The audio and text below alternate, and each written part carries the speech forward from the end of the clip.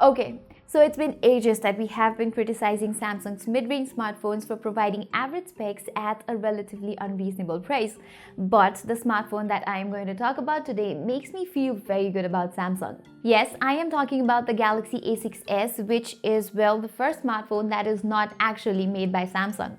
This means that they have outsourced a Chinese company to make this one, which makes it super affordable and with good specs. So in this video, I am going to share my thoughts on the Samsung Galaxy A6s.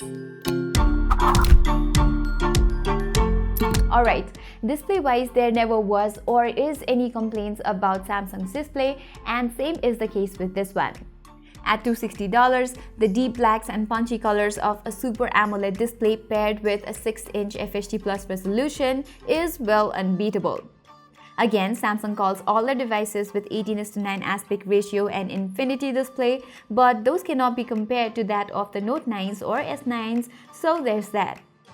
However, 18:9 aspect ratio means that it has got minimum bezels, and although it's not in par with what other Chinese companies are giving, it is not actually quite that bad.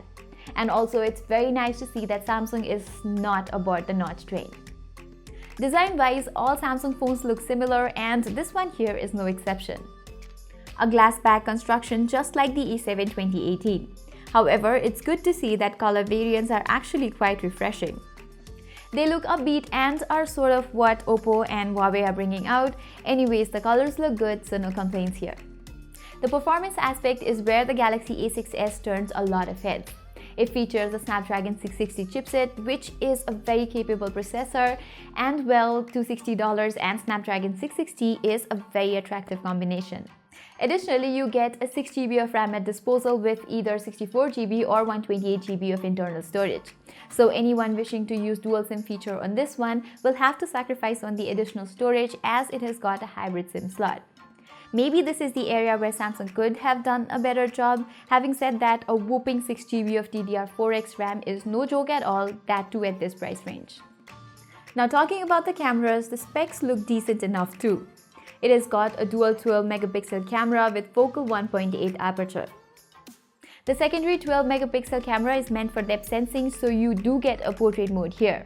The recently launched E7 2018 had average cameras, so cameras could be the aspect where Samsung might have cut corners, but for this we will have to wait until the phone arrives to our hands. The front houses a 12-megapixel selfie camera. Additionally, the rear camera supports 4K video recording as well. Moving on, the battery capacity is 3300 mAh, which is more or less the standard size for this price range. Note that Samsung is also giving USB Type-C and adaptive fast charging support. I would call this move an extra layer of icing on the already tasty cake. Similarly, you get all the perks of having a modern device, namely a Bluetooth 5.0 support, dual-band Wi-Fi AC, a fingerprint scanner, and facial recognition. So with this, you guys must have already guessed how I feel about this particular Samsung phone.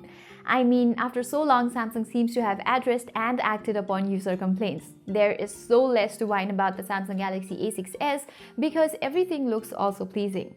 The design, display, performance, battery all seem to be in place. Yes, cameras are something that I am skeptical about, but it's only a matter of time that we test it out. So that is all for my thoughts about the Samsung Galaxy A6s. Tell us what you think about it in the comments below. Till then, I am Pratima Adhikari, and thank you for watching.